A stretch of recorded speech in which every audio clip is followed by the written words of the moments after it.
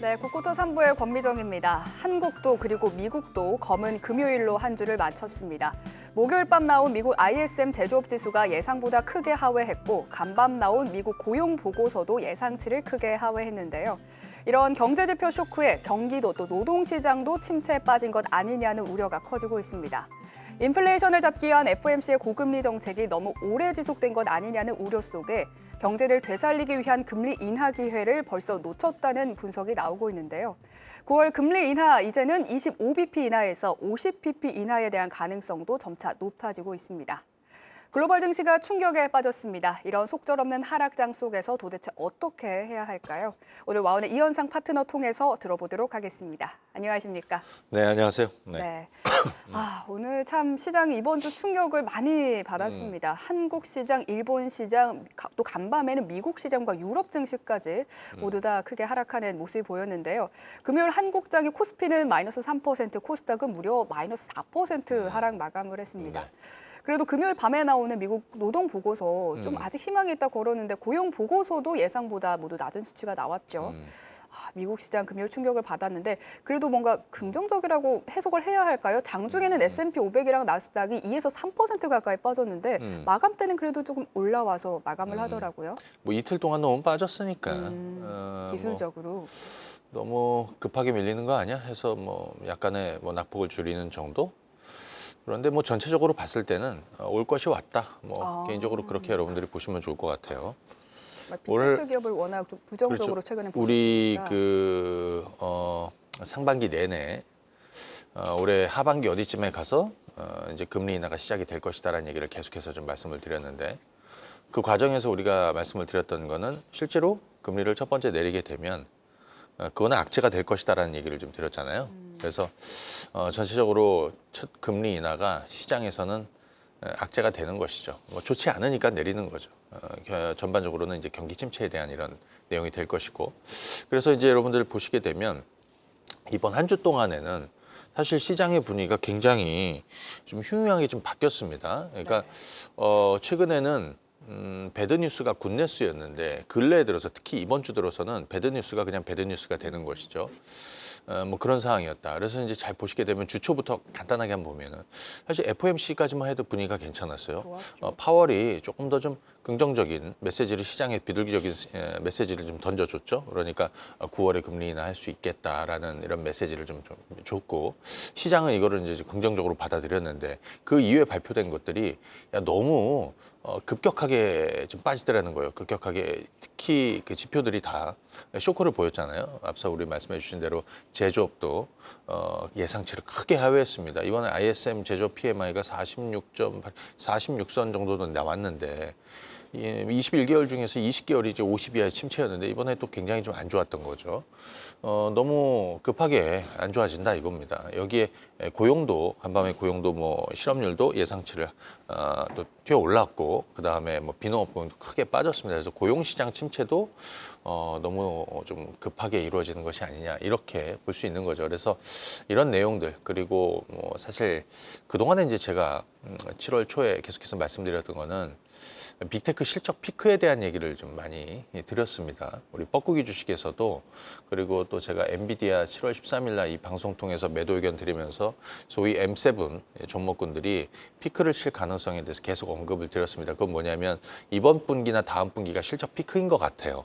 그동안에 많이 올라왔었기 때문에 그래서 실적 피크에 대한 이런 우려감들 실제로 이제 금리를 이제 내리는 것이 이제 거의 임박을 했다. 완전히 임박을 했다. 이거에 따른 또 뭐 중동 지정학적 리스크도 좀 있을 것이고 전반적으로 안 좋은 한 주였다. 이렇게 볼 수 있겠고요. 차트를 한번 좀 간단히 좀 보겠습니다. S&P 500 한번 보시게 되면 저희가 그 7월 16일이 이제 S&P 500 고점을 만들었고요. 계속해서 좀 주저앉고 있습니다. 사실 올 상반기 내내 상승 랠리를 보였는데 그 이유 중에 하나는 올해 두 가지죠. 하나는 엔비디아가 끌고 왔다. 그죠? M7이 끌고 올라왔다. 두 번째는 금리 인하에 대한 이런 기대감들. 그래서 그런 부분을 미리 반영해서 이제 올라왔던 것이죠. 근데 실제로 이제 금리 인하가 임박을 하니까 이런 현상이 나타날 것이다라는 거는 우리가 이제 많이 얘기를 해드렸습니다. 그래서 사실 그때가 온 거죠. 어찌 보면 매를 맞아야 될 때가 왔다 이렇게 볼 수 있겠습니다. 자, 일단 기술적으로 S&P 500. 다만 여기서 이제 차트 분석도 중요하지만 하나 좀 생각해 볼 건 이따가 좀 말씀드리겠지만 지금 시장에서 우려하는 거는 우리 좀 전에 이제 고민장 앵커도 잠깐 얘기했지만 야, 연준이 너무 늦은 거 아니야? 경기가 다 망가지고 나서 금리를 내리는 뭐 이런 거 아니야? 그래서 우리가 이제 두 가지로 얘기했죠. 선제적 보험적 금리 인하로 갈 것이냐 아니면 실제로 침체 신호가 막 임박을 해서 등 떠밀려서 하는 불황형 금리 인하가 될 것이냐. 지금은 불황형 금리 인하에 대한 이런 우려감들을 가지고 있는 것 같아요. 지표들이 다 그랬습니다. 근데 사실 보니까 이번에 그 미국의 그 GDP도 좀 보니까 그렇게 나쁘지는 않았던 거를 감안해 보면 뭐 아직까지는 좀 조금 너무 앞서가지 않나 이렇게 생각도 드는데 어찌됐든 시장은 미리 반영했던 거를 좀 지금 뭐 해소하고 있는 것이다 이렇게 볼 수 있겠고요. 당장 뭐 금리도 9월에 한 단계가 아니라 주말 고용 보고서 발표 이후에는 사실 뭐 CT나 뭐 JP모건 같은 데서는 연내 1.25% 125bp 내려야 된다. 이렇게 따지면은 9월에 두 단계 내리고 11월에 내리고 12월에 두 단계 내려야 되는 거거든요. 그래서 이런 쪽으로도 좀 뷰가 좀 바뀌고 있다. 그만큼 시장이 조금 겁내하는 분위기다. 이렇게 보시면 되겠고 S&P 500 기준으로 해서는 대략 한 5,200선 정도 지지 라인이 뭐 형성이 되고 있습니다. 근데 이걸 꼭 지킨다라기보다는 뭐 제가 볼 때는 뭐 깨질 가능성이 좀 높다 이렇게 보는데 아마 5,200선 아래에서 일단 뭐 기술적 반등이라든지 그러면서 옆으로 좀 횡보하는 이런 흐름이 좀 만들어지지 않을까 싶고요. 나스닥 같은 경우도 낙폭이 굉장히 컸습니다. 이건 뭐 당연하겠죠. 왜냐하면 그동안에 사실 올해 상반기 내내 좀 올랐습니다. 그리고 최근에 이제 빅테크 주식들이 고점 찍으면서 이렇게 좀 내려오는 이런 분위기인데 기본적으로 지금 이쪽도 뭐 제가 볼 때는 대략 한 16,000선 정도 이 정도는 좀 저점 형성을 좀 되지 않을까 뭐 이렇게 좀 판단하고 있습니다. 그래서 좀 정리를 해보면 좀 화면이 조금 좀 정지가 되어 있는데요. 지금 미국채 10년물 좀 한번 보도록 하겠습니다. 예. 4% 밑으로 내려온 게 정말 오랜만이라고 하더라고요. 네, 맞아요. 자, 한번 보실까요? 네. 미국채 10년물 한번 보시게 되면 4% 아래로 내려왔고 3.9도 깨졌고 지금 3.8까지 지금 내려와 있죠. 엄청나게 가파르게 내려오고 있습니다. 물론 우리가 그동안에 이제 그런 얘기를 죄송합니다. 그동안에 이제 말씀드리면서 미국채 10년물 우리가 4.5 정도에서는 그런 얘기도 드렸어요. 미국채 장기물에 대한 투자를 얘기를 좀 많이 들었었죠. 그래서 지금은 뭐 4.5 아래로 좀 내려와서 사실 그때는 뭐 한 요쯤 됐던 것 같아요. 뭐 결론적으로 이거는 그때 유튜브에서 제가 그런 얘기도 드리고 방송 통해서 말씀드렸지만 IMF 이후에 가장 좋은 미국채 장기물 투자 시점이다라는 의견을 드렸는데 채권 금리가 떨어진다는 거 채권 가격이 반대로 오른다라는 거니까 근데 생각보다 이제 너무 가파르게 내려오고 있다. 뭐 이렇게 여러분들 보시면 좋을 것 같고 자, 그다음에 이제 필라델피아 반도체 지수 한번 보겠습니다. 지금 필라델피아 반도체 지수 보시게 되면 굉장히 가파르게 내려오고 있습니다. 지금 5,900대에서 지금 5,000 깨지고 대략 한 4,000 중반선까지 좀 내려와 있는데 물론 힌트는 드렸어요. 저희가 7월 13일 방송에서 엔비디아나 소위 반도체주들 매도를 해야 되는 이유를 좀 설명을 드리고 했었는데 제가 볼 때는 뭐 좀 더 앞으로 좀 진통이 있을 것 같다. 물론 단기가 너무 떨어져서 약간의 기술적 반등도 좀 나올 수 있는 이런 상황이긴 하지만 이제부터는 좀 기간 조정으로 좀 갈 가능성이 있고 개인적으로 반도체에 대한 얘기를 이따가 좀 간단히 좀 드릴 수 있을 것 같은데 네. 저는 뭐 그 하나는 금리고요. 또 하나는 정치적 불확실성이 있다 이렇게 봅니다. 그래서 반도체 주는 아마 미국 대선 정도 이후에 그 이후 정도가 다시 좀 돌아서는 시점이 되지 않겠나 이렇게 보고 있습니다. 자, 그 다음에요. 요걸 한번 보도록 하겠습니다. 미국 주식 얘기를 좀 간단히 좀 말씀을 드려보도록 할게요. 제가 자, 엔비디아부터 한번 볼까요? 엔비디아. 지금 엔비디아가 135달러에서 140달러 정도에서 이번 달 고점 만들고 좀 빠졌습니다. 우리 7월 13일이었죠. 대략 한 요 정도 되는 것 같아요. 7월 12일이 금요일이고, 요쯤 되는데, 이때 사실은 반도체나 빅테크 주식들 M7 매도 의견을 사실 좀 드린 건데 그 이후로 쭉 내려왔습니다. 근데 이제 간밤에 엔비디아는 100달러 부근에서는 이렇게 전략 후강이 나왔습니다. 그러니까 100달러 정도는 그래도 쉽게 좀 깨지지 않는 그러면 여타 반도체주들도 대략 한 이 정도 수준에서는 조금 멈칫거릴 수는 있겠다. 추세적으로 상승하기는 힘들더라도. 그래서 요거 한번 보시면 좋을 것 같고. 그다음에 미국 기업들 이제 실적들이 굉장히 다 안 좋았어요. 그래서 보시게 되면 간밤에 인텔 같은 경우에는 굉장히 많이 떨어졌습니다. 앞서 우리 캐스터도 좀 얘기해 줬지만 50년 만에 최대 낙폭이었다. 상당히 안 좋다는 거죠. 그래서 연내에 인력 감축을 15%나 하겠다라고 이제 발표했고 배당 없애겠다라고 했고 그래서 보시게 되면 거의 26% 폭락했습니다. 근데 개인적으로 저는 인텔의 향후 어느 지점에서는 저점을 한번 잡아볼 생각입니다. 그거는 여러분들과 같이 한번 이 시간 통해서 좀 말씀을 드려보도록 할 거고요. 그 다음에 반대로 반도체나 이런 쪽도 많이 빠지고 기술주 빠졌는데 저희가 미국 시장에서도 바이오테크 헬스케어 쪽은 여러분들이 S&P 500 지도 제가 좀 이따 한번 보여드리겠지만 그 S&P 500 지도를 이번 주 잘 보시게 되면 그런 것 같아요. 뭐냐면 잠시만요. 대부분 업종구들이 다 떨어졌는데 유독 좀 견조했던 게 헬스케어 쪽이었다. 예. 자, 한번 몇 가지 한번 종목들을 좀 보겠습니다. 아스트라제네카부터 한번 보도록 하죠. 자, 티커는 AZN입니다. AGN인데.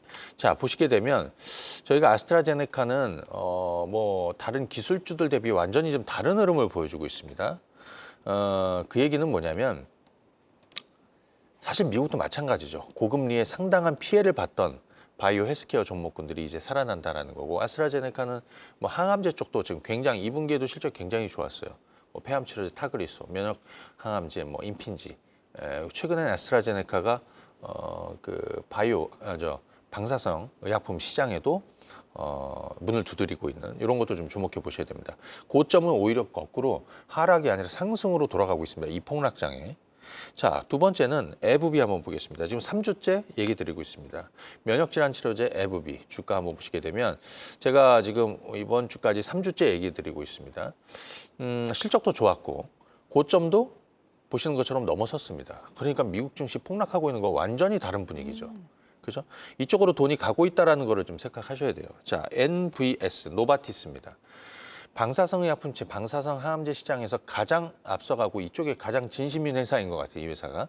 노바티스는 저희가 4월, 5월에도 이제 계속해서 소개를 드렸는데 그때가 여기입니다.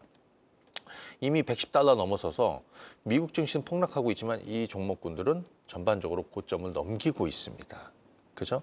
그 차이가 있죠. 자, 존슨앤존슨도 지금 3주째 소개를 드리고 있습니다. 존슨앤존슨도 최근 3주 동안의 주가를 한번 보십시오, 여러분들. 거꾸로 올라가고 있습니다. 그러니까 미국 시장에서도 대안이 저는 이쪽인 것 같다라는 거예요. 자, 유나이티드 헬스케어, UNH. 유나이티드 헬스케어도 보시는 것처럼 오히려 거꾸로 올라가고 있죠. 그래서 잘 보세요, 여러분들. 자, 바이오 헬스케어 쪽은 고금리의 가장 큰 피해주였다. 그리고 이제 금리 환경이 급격하게 변하는 거지 않습니까? 기다렸던 시기가 이제 오게 되는 거고요. 또 하나는 올해는 대선이 있어요. 미국 대선. 트럼프가 되든 해리스가 되든 교집합이 별로 이렇게 안 보입니다. 근데 그 과정에서도 유일하게 바이오, 헬스케어 쪽은 그래도 어느 정도 이렇게 교집합이 만들어지는 쪽이에요. 한쪽에서는 뭐 양쪽 다 약가이나라든지 또 바이오 시밀러 이쪽도 뭐 크게 성장을 할 텐데 뭐 트럼프는 약간은 좀 민간에 좀 맡기면서 자율에 좀 맡기자라는 이런 입장인데 결론적으로는 누가 되든 바이오, 헬스케어 쪽은 나쁘지 않을 것이다 이렇게 보고 있습니다. 그래서 미국장은 당분간은 조금 더 진통이 좀 있을 가능성이 있고 그리고 8월 14일인가요? CPI 발표 있는데 CPI 전망은 전달 대비해서 좀 올라갈 거예요. 그렇다면 지금 너무 가파르게 뭐 지금 이제 그동안에 나왔던 지표들이 다 침체를 좀 보여주고 있는데 일단 물가가 좀 반등하면서 약간 소방수 역할을 좀 해주지 않을까. 그건 뭐냐면 지금은 배드뉴스가 굿뉴스 있고 굿뉴스가 이제 또 굿뉴스가 되는 건데 약간의 지금 분위기에서 조금 반전을 좀 보일 수 있는 거는 CPI 정도 되지 않을까? CPI가 조금 올랐을 것 같습니다. 이번 달에는 전달 거죠. 예, 자 그렇게 보시면 되겠고 잠시 뒤에 뻐꾸기 주식에서 좀 자세히 이것저것 좀 말씀을 좀 드려보도록 하겠습니다. 네. 네. 그럼 미국장 살펴봤고요. 이제 한국장도 살펴보도록 하죠. SK하이닉스가 10% 하락한 걸 보고 시장의 충격이 굉장히 컸습니다. 한데 또 수요일에는 또 반도체주들이 올랐어요. 그래서 많은 분들이 반도체 수요일에 조금 손실 보더라도 손절을 할 걸 이렇게 생각하는 분들도 많은 것 같더라고요. 한국장 어떻게 보셨어요? 자, 국내 증시도 뭐 크게 다르진 않겠죠. 미국 시장이 지금 뭐 난리가 났지 않습니까? 뭐 그리고 우리 시장도 마찬가지죠. 똑같이 보시면 됩니다. 우리 그동안에 얘기했던 게 미국이 이제 실제로 금리 인하가 임박을 하게 되면 시장 분위기가 좀 바뀔 가능성이 있고 시장 분위기가 바뀐다라는 거는 기존의 어떤 주도했던 종목군들이라든지 이 분위기가 확 바뀐다는 거예요. 수급도 변한다라는 거고요. 이번 주 한 주 동안의 시장이 상당히 좀 어려웠습니다. 제가 볼 때는 경기 침체에 대한 이런 우려들, 그 다음에 불황형 금리 인하, 그러니까 등 떠밀려서 하는 금리 인하, 이런 거에 대한 우려들이 반영이 되었다. 여기에 이제 실적도 마찬가지일 거고, 개인적으로는 미국 대선 불확실성도 그래서 전반적으로 악재가 국내 시장에서도 좀 있었고요. 그 다음에 이번 주에는 사실 일본이 또 기습적으로 금리를 인상을 했고, 네. 그것도 저희한테는 좀 변수였고, 그 다음에 이후에 미국 시장 급락했던 것도 그래서 악재를 다 한 몸에 받는 한 주였다. 이렇게 보시면 되겠고, 다음 주 잠깐 요거 차트 한번 보도록 할까요? 지금 우리 요 코스피는 지금 이렇게 좀 주저앉고 있습니다. 2,900선에서 전날에 2,700선을 깼습니다. 뭐 기술적으로 봤을 때 뭐 이전 저점이 대략 한 2,600선 정도 되니까 한 요 정도 가면 또 반등도 좀 나오지 않을까 이렇게 생각하실 수 있겠는데 뭐 그건 좀 편하게 생각하시는 게 좋을 것 같아요. 어차피 지금 매를 좀 맞아야 되는 구간이고 다음 주 시장도 개인적으로는 전략 후강 정도 주초에 조금 밀렸다가 주 중반으로 조금 돌아서는 뭐 이런 정도의 흐름이 되지 않을까 싶습니다. 그래서 대략 지수대는 앞서 말씀드린 대로 2,600선 초반 정도에서는 좀 저점을 좀 만들지 않을까 싶습니다. 다만 미국 반도체가 계속해서 주저앉으면 지금 삼성전자, SK하이닉스 다 주저앉을 거 아니에요. 네. 그 영향도 시장에 좀 영향을 받을 거고 당장은 시장에 강한 모멘텀이 없고 수급 주체도 없다. 그러면 조금씩 빠지는 것이고요. 뭐 자꾸 이렇게 얘기하니까 굉장히 비관적으로만 보이는데 또 그렇게 보진 마십시오. 왜냐하면 이런 위기 상황에서 기회를 볼 수 있어야 그게 진정한 투자자고 그죠? 그렇게 하셔야 됩니다. 그래서 뭐 이런 얘기를 좀 같이 좀 드려보도록 할 거고 자 삼성전자 한번 보겠습니다. 요즘 반도체 가지고 계신 분들이 굉장히 고민이 많아졌습니다. 고민이 네. 많습니다.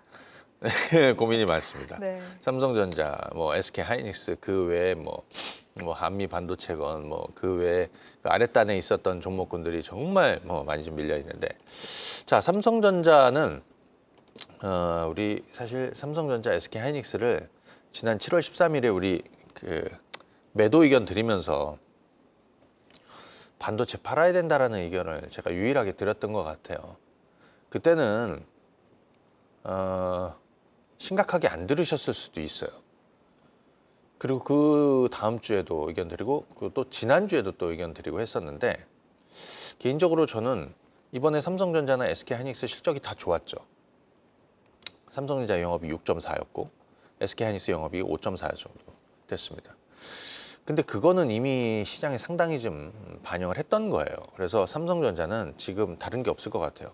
주가가 좀 떨어져야 돼. 어디? 한 7만 한 중반까지. 그래야 반등도 나올 수 있겠다라는 싶습니다. 추세적으로 상승하는 거는 좀 먼 얘기라고 보여져요. 이건 그렇게 보시는 게 좋을 것 같습니다. SK하이닉스도 저희가 지난 23년 1월달, 2월달, 3월달 바닥 잡아들면서 1년 반 투자하시라고 그랬고 지난 7월 13일 방송에서 삼성전자, SK하이닉스 반도체, 엔비디아 매도 의견을 드리면서 사실 그 이후로 주가가 많이 떨어졌습니다. 근데 이번 주에 뭐 사실 약간의 반등을 좀 이렇게 좀 보이려고 하는 흐름도 있었는데 다시 좀 주저앉았거든요. 호실적에도 그 얘기는 앞서 말씀드린 이제 금리 인하가 임박을 했고 그다음 미국에서도 반도체 뭐 소위 M7 뭐 이런 종목군들이 전부 다 실적 피크에 대한 얘기를 제가 이제 미리 좀 드렸었는데 아마 그런 부분이에요. SK 하이닉스는 지금 그러면 추격 매도해야 되느냐 뭐 이런 것들 한번 좀 고민을 해볼 필요가 있을 것 같아요. 그거는 저는 조금 기다려보는 게 좋겠다. 이미 이제 매도의 단은 좀 약간 줄었고 이게 보통 주가가 그냥 이렇게 일시적으로 해서 추락하는 건 아니고 좀 빠지게 되면 다시 또 좀 반등이 좀 나오곤 합니다. 그래서 개인적으로 저는 그 반도체에 대한 생각을 좀 말씀을 드리면 당장 반도체에 접근하는 분들은 뭐 매매 정도 하시려고 이제 들어가시는 부분이겠죠. 많이 빠졌으니까. 근데 저는 개인적으로 관심은 없어요. 뭐 제가 한 달 전에도 그런 얘기 드리고 반도체에 관심은 없다. 저의 주력은 또 그 동네가 아닙니다. 근데 지금 반도체는 조금 기다리셔야 될 것 같고 제가 볼 때는 금리를 한 두어 번 정도 내리는 시점, 그다음에 미국 대선이 끝나는 시점. 10월까지는 좀 기다려야 된다는 말씀이시죠? 뭐 그래야 될 것 같고요. 그다음에 아마 뭐 민주당이 이제 해리스 대통령이 뭐 대선에 승리하게 되면 오히려 긍정적으로 볼 수 있을 것 같고 트럼프는 조금 생각 좀 해봐야 될 것 같고요. 그래서 전체적으로 미국 대선 이후 또는 금리를 한 두어 번 정도 내린 다음 이 정도를 여러분들이 한번 어떤 강한 턴어라운드는 아마 그때쯤 되지 않을까 뭐 이렇게 좀 싶습니다. 자, 그래서 그러면 하반기에는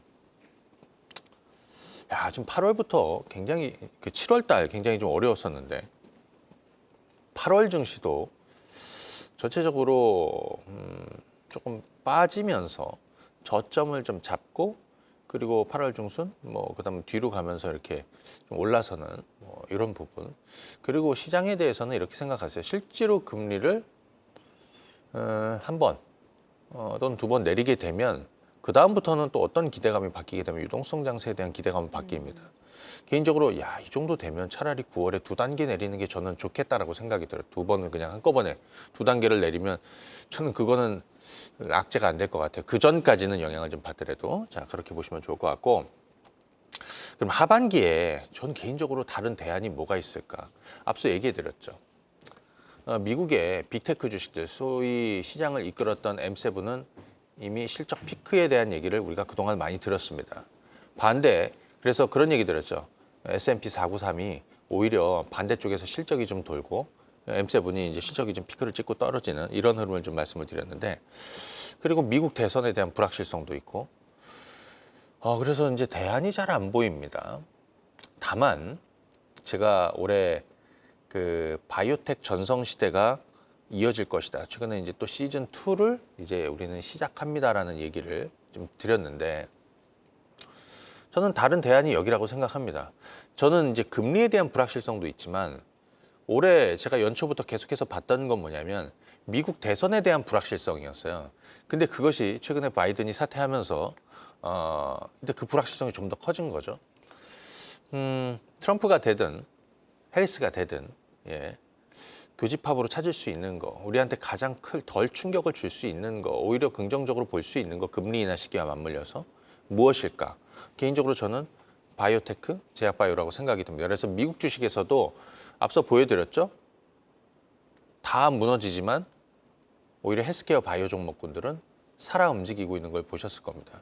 한국 시장에서도 저는 그렇게 보고 있습니다. 그래서 다른 대안보다는 하반기 승부를 바이오텍으로 계속해서 가져가는 게 맞겠다. 자, 그렇다면 최근에 시장의 변동과 시장이 이렇게 급락하면서 잘 버텼던 종목도 어제 바이오텍 종목도 어제 좀 빠지는 종목들도 많이 있었습니다.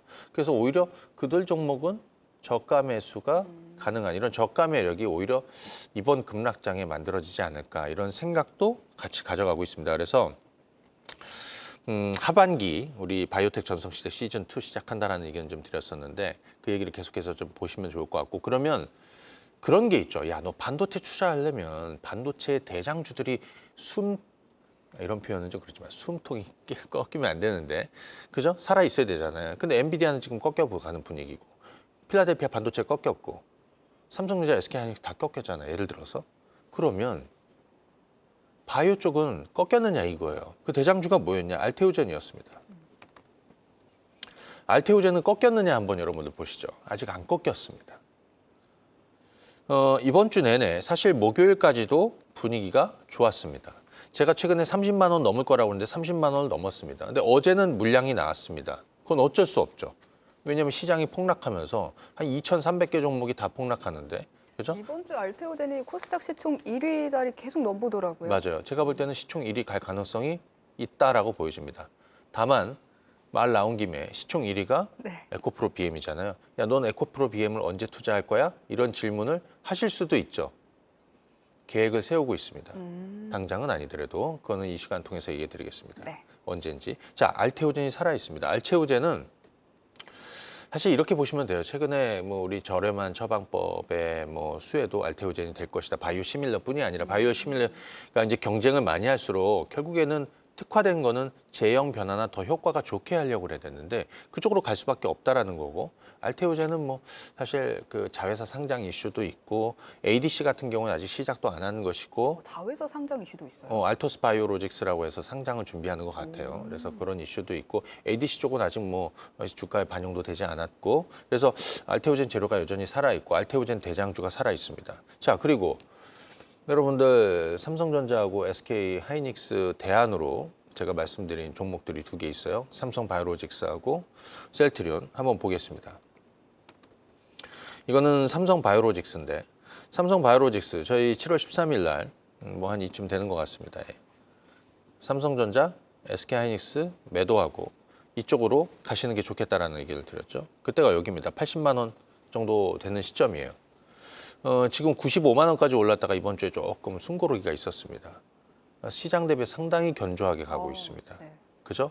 삼성 바이오로직스 결국에는 우리 생물보안법 얘기 계속했었는데, 미국의 생물보안법, 그러니까 미국과 중국의 이런 패권 싸움은 계속해서 이어지는데 그게 반도체를 넘어서 다른 걸 넘어서 바이오 쪽으로도 옮겨가고 있는 거고, 이거는 미국은 뭐 공화당이나 민주당이나 이건 한결 같은 것 같아요. 글로벌 그 바이오 공급망에서 중국을 퇴출시키는 작업을 계속해서 해나갈 것 같고, 이제 그 상원 전체위인가요? 예, 하고 바이든 이제 서명만 남겨두고 있는데 CDMO 수혜는 앞으로 계속 이어질 것이고, 그뿐 아니라 이런 제약 바이오 헬스케어 시장이 성장을 하게 된다. 금리가 떨어지면서.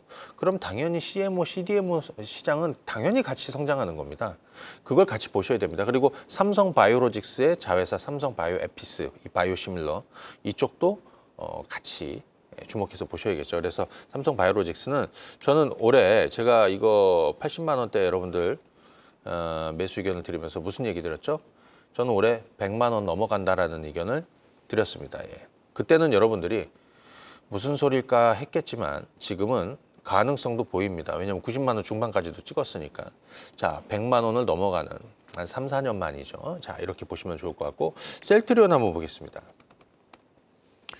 자, 셀트리온은 또 개별 재료도 좀 있어서 이번에는 그 미국에서 그 3대 PBM 그래서 또한 뭐 한 곳과 그 처방집 등재를 했다라는 소식도 있으면 이제 한 군데 남았거든요. 예. 자, 근데 이제 결국에는 셀트리온 앞으로 실적이 좋아질 거라는 겁니다. 제가 숫자를 얘기해 드렸었는데 한 6천억대를 연간 영업이익으로 계속해서 좀 만들었었는데, 그렇죠? 내년에는 한 1.5 정도 보는 것 같아요. 그러니까 지금 분명히 턴어라운드 하는 건 맞고, 다만 이번 주 시장 영향으로 좀 밀렸지만 뭐 차분히 가셔야 된다라는 의견을 좀 드리고요. 한 두 가지 종목만 간단히 한번 좀 보겠습니다. 하나는 제가 사실 시간이 없긴 한데 궁금한 게 있어가지고 예. 셀트리온 제약이 이번 주에 좀 네네. 많이 빠졌잖아요. 네네네. 어떻게 조금 더 기다려 볼까요? 아니면 왜 저는 이렇게 빠졌을까요? 봅니다. 첫 번째 셀트리온 제약이 빠졌던 거는 이 합병 기대감을 가지고 있었는데 그 합병에 대해서 주주들의 의견을 좀 묻겠다고 그랬어요. 찬반. 이게 다음 달 다음 달에 마치는 것 같더라고요. 예, 아무튼 그래서 첫 번째로 좀 밀렸었고 아하. 목요일 날. 그다음 어제 같은 경우는 증시가 폭락하면서 밀렸던 네. 거죠. 저는 결론적으로는 어떻게 될 거냐고 생각하면 주주들의 의견도 굉장히 좀 중요할 텐데 대주주의 의견이 굉장히 중요할 거라고 생각이 듭니다. 그래서 뭐 아마 조만간 저점은 좀 만들 것 같고 다만 바이오나 시장 반등 나오고 셀트리온 반등 나오면 같이 반등 나올 거라고 생각해요. 조금 좀 오바라고 생각이 들어요. 네, 그렇게 보시면 좋을 것 같고, 오늘 저희 이거 방송 끝나고 주식 반상회를 좀 하도록 하겠습니다. 원래 지난주에 우리 예고 드릴 때 오늘 원래 없었잖아요. 없었는데 시장이 급락하면서 이런 급락장에는 반드시 우리가 모여서 회의를 좀 해야 될 것 되나요? 같습니다. 왜냐? 그 위기가 곧 기회가 될 수도 있는 거거든요. 그래서 오늘 놓치지 마시고 잠시 뒤에 저희 방송 끝나고 얘기를 하나도 못했네요. 예, 자 방송 끝나고 잠시 뒤에 주식 반상회에서 자세한 얘기를 좀 나눠보도록 하겠습니다. 주식 반상회에서 하실 말씀이 많은 것 같으니까요. 주식 반상회 통해서도 내용들 많이 알아가시면 좋겠습니다. 지난주 시장 한번 살펴봤고요. 그러면 9월 FOMC가 예방적 금리 인하가 아니라 불황형 금리 인하를 단행한다면 또 어떤 점을 유의해야 할지, 또 그렇다면 하반기에는 어떤 대응이 필요할지 강의로 준비하셨다고 합니다. 이현상 파트너의 뻐꾸기 주식 특강 듣고 오시죠. 자. 이게 걱정이었던 것 같아요. 불황형 금리 인하, 그러니까 등 떠밀려서 하는 금리 인하에 대한 시장의 우려. 등 떠밀려서 하는 우리가 이제 보험적 금리 인하하고 선제적 보험적 금리 인하하고 불황형 금리 인하를 계속해서 얘기했습니다. 그죠? 경기가 이미 망가진 다음에 금리 인하 해봐야, 그죠? 그런 걱정이 되는 것이죠. 자, 이번 주에는 어떤 일들이 있었는지 한번 좀 보겠습니다. 이번 주에 사실은 전날에 이제 우리 고용보고서 발표 이전에 졸트부터 시작을 했어요. 그죠? 818만 건. 그죠? 예. 그러니까 예상치도 좀 상회를 하고 전달 대비해서는 조금 좀 빠졌고 뭐 이런 부분이었고요. 그 다음에 최근에 이제 고용시장은 이게 1인당 일자리 수인데 이게 한참 때는 실직자 한 명당 일자리가 2개 정도가 있었습니다. 그러니까 우리 사실 그때 뭐 임금 인플레이션 얘기도 좀 많이 했었는데 지금은 거의 실업자 한 명당 1.2, 1.2로 지금 거의 붙어 있다. 이렇게 좀 보시면 좋을 것 같고 이번 주에는 사실은 주초에는 FOMC 직후로 시장 분위기가 굉장히 좀 좋았어요. 시장 분위기가 굉장히 좋았어요. 자, 여기 이제 제가 좀 강조했었던 내용들이 좀 있는데 조금 빠져서 자 보시게 되면. 이런 겁니다. 자, 9월에 명시적 신호는 없었지만 인플레이션 하락과 고용시장 정상화에 대한 긍정적인 태도는 9월 결정의 시장 기대를 강화한다. 그렇죠? 성명 내용하고는 좀 다릅니다. 성명서는 조금 딱딱하게 얘기하는 거고요. 기자회견은 조금 더 좀 도비시하게 얘기를 했어요. 파월은 기자회견에서 이번 회의의 금리 인하 가능성에 대한 논의를 답변했다. 위원회는 그 가능성에 대해 좋은 대화를 나눴고 강력한 다수가 이번에 금리를 유지하는 것을 지지한다고 밝히고 파월은 어떤 것도 배제하지 않지만 50bp 인하 조치는 뭐 계획이 되지 않았다. 뭐 이렇게 좀 답변도 했습니다. 하지만 당장에 간밤에 고용보고서 발표 이후에는 분위기가 또 좀 바뀌고 있는 이런 분위기고요. 자, 가장 중요한 건 이거였던 것 같아요. 고용시장이 현 상태를 유지한다면 9월에 금리 인하 논의될 수 있다. 금리 인하 할 수 있다. 뭐 이런 내용이었습니다. 그래서 사실은 좀 묻혔습니다. 이후에 발표된 ISM 제조업이나 간밤에 발표된 고용보고서 발표 이후에 파월의 발언은 조금 묻혔다. 이렇게 볼 수 있겠고 사실 여기가 좀 쇼크의 출발이었던 것 같아요. 7월 ISM 제조업 PMI. 예상치가 48.8이었는데 실제로는 46.8이 나왔습니다. 지금 21개월 내에 20개월이 위축입니다. 이게 50 아래로 내려가면 제조업 경기가 좋지 않다는 거지 않습니까? 4달 연속해서 위축되고 있다. 여기 보이시죠? 계속해서 떨어지고 있습니다. 제조업 경기가 거의 쇼크 수준으로 가고 있다. 이 발표 이후에 증시가 쏟아지기 시작을 했습니다. 그렇죠? 자, 그리고 그 직후에 9월 금리 인하 가능성이 뭐 100%로 올라온 거예요. 지금 보시게 되면 한 단계 내려야 되는 거 이때는 90이었는데 지금은 어디까지 오려면 2단계 내리는 게 거의 20%를 넘어가고 있습니다. 앞서 말씀드렸는데 간밤에 고용보고서 발표 이후에 CT나 JP모건 같은 경우 올 연내에 125bp를 내려야 된다라고 얘기하고 있습니다. 예. 자, 첫 금리 인하는 시장의 악재가 될 것이다라는 얘기를 계속해서 좀 드려왔는데 우리는 지금 그 매를 맞고 있는 것이다라고 보여집니다. 어느 정도 또 반영하면 또 좀 올라서겠죠. 아무튼 뷰는 지금 이렇게 가고 있고요. 당장 미국채 10년물이 4% 깨고 지금 3.8 또 일시적으로 좀 내려왔던 것 같은데 3.8 정도까지 좀 내려와 있습니다. 예. 더 떨어지겠죠. 더 떨어지겠죠. 자, 그다음에 클리브랜드 인플레이션 나우 캐스팅 이거 보시게 되면 제가 이게 8월 14일인가 되는 것 같아요. 그 날짜 한번 확인해 드릴 거고. 자, 7월 CPI 발표가 있습니다. 근데 이번에는 조금 전달 대비해서 조금 올라올 것 같습니다. 전달 대비 조금 올라올 것 같습니다. 아마 이게 시장에는 약간의 좀 진정 신호를 줄 수 있지 않을까? 이거 여러분들 한번 좀 체크하시면 좋을 것 같고.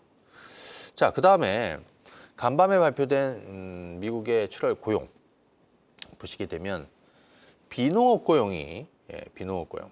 네, 비농업 고용. 자, 보시게 되면 예측치를 크게 하회했습니다. 17만 6천 명, 6천 건에서 11만 4천 건으로 주저앉았죠. 전달 대비해서도 급격하게, 그러니까 뭐든 지금 너무 급한 건 좋지 않은 겁니다. 예전에는 이 뉴스는 굿뉴스였습니다. 근데 지금은 배드뉴스가 그냥 배드뉴스가 되는 겁니다. 자, 실업률은 4.3으로 올라왔습니다. 4.3으로 올라왔습니다. 예측치를 또 크게 상회했습니다. 자, 고용 앞서 말씀드렸던 제조업 이번 주 제조업 고용 모두 쇼크였다. 자, 그러면 이것도 한번 보겠습니다. 올해 이제 하반기에 가장 큰 뭐 빅 이벤트가 초대형 이벤트가 뭐냐면 미국 대선일 거 아니에요. 해리스와 트럼프. 네. 요 공약 내용은 다음에 한번 설명드리기로 하고 요걸 한번 보시죠. 자, 해리스는 큰 정부를 통해서 소득을 재분배하고 소외계층 복지를 확대하고 평등한 교육 기회를 제공하고 이런 것들을 추구하고 있습니다. 트럼프는 작은 정부를 추구하고 있습니다. 법인세 더 낮춰야 된다. 세율을 낮추자. 친기업, 기업 친화적인 환경을 만들고 전통 제조업을 살려야 된다. 그렇게 해서 많은 일자리를 유도해야 된다. 완전히 다르죠. 해리스 쪽은 신재생 에너지, 첨단 제조, 친환경 인프라, 공공의료, 마리화나 뭐 이쪽은 좀 그렇고. 자, 트럼프는 화석 연료, 원자력, 전통 제조업, 방위산업, 금융, 민간 헬스케어. 자, 여기에 교집합은 제가 볼 때는 바이오 헬스케어라고 보여집니다.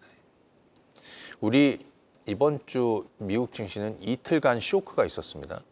하나는 제조업 PMI 발표 이후에 쇼크가 있었고, 또 하나는 그러면서 이제 뭐 다 무너져 내렸었던 거고요. 전날에도 쇼크가 있었습니다. 고용 발표 이후에. 자, 8월 2일 미국 증시로는 8월 1일이 되겠죠. S&P 500을 한번 보시게 되면 여기에 해답이 있다라고 보여집니다. 간밤에는 또 이쪽도 다 빨간색이었어요.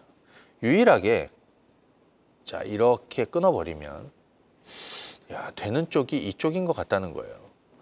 헬스케어, 그죠? 메디칼 이쪽입니다. 이때 보시면 뭐 존슨앤존슨이나 뭐 에브비 제가 계속해서 소개해드렸죠. 뭐 암젠, 뭐 파이자도 바닥쳤고요. 에버트 뭐 다 뭐 아스트라제네카도 앞서 말씀드린 대로 고점을 다시 뚫었고. 그래서 자, 결국에는 이쪽인 것 같다. 그래서 저는 지금 뭐 불황형 금리 인하에 대한 이런 시장 우려는 지금 반영되고 있다. 조금 더 반영될 수 있다라고 보여집니다. 하반기의 승부는 우리가 어디로 갈 것이냐? 결국에는 바이오 헬스케어, 제약 바이오 쪽으로 갈 수밖에 없다.